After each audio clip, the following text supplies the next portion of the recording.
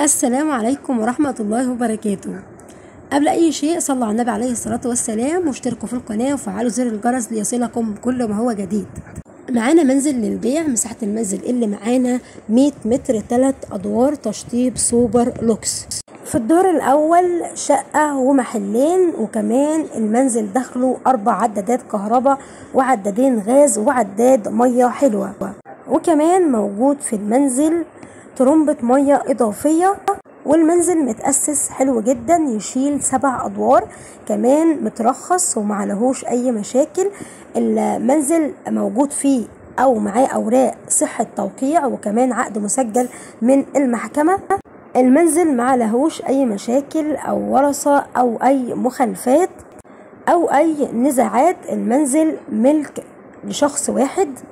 المنزل يطل على شارع تجاري، مساحته 30 متر. المنزل 3 أدوار، متشطب تشطيب حلو جدا زي ما حضراتكم شايفين، متوضب تشطيب سوبر لوكس، كمان كامل عدادات، كامل المرافق، داخله 4 عدادات كهرباء وعدادين غاز وعداد مية حلوة، وكمان موجود طرمبة مية على أساس يعني لو المية قطعت يبقى موجود في المنزل طرمبة مية إضافية. المنزل مسجل في الشهر العقاري، معلهوش أي نزاعات أو أي خلافات، ومتأسس كويس جدا، يشيل 7 أدوار. المنزل مساحته 100 متر، مساحته حلوة جدا، وموجود فيه محلين في الدور الأرضي وشقة. الرقم اللي موجود داخل الفيديو ده رقم صاحب المنزل نفسه. الرقم اللي موجود داخل الفيديو ده رقم المالك أو صاحب المنزل.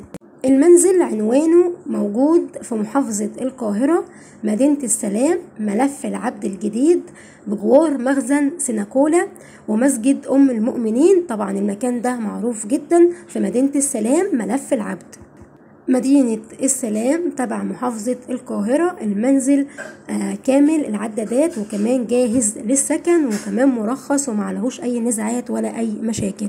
وزي طبعا ما بأكد على حضراتكم دايما في كل فيديوهاتي ان حضراتكم لازم تسألوا على كل التفاصيل وعلى كل الأوراق اللي تخص المنزل، لاني مجرد قناة اعلانات فقط، وانت طبعا المسؤول ان انت تسأل على كل الأوراق اللي تخص اي عقار بعرضه.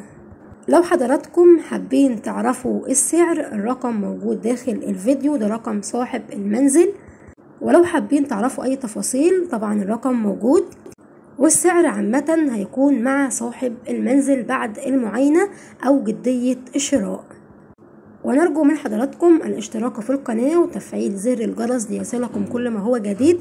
والسلام عليكم ورحمة الله وبركاته.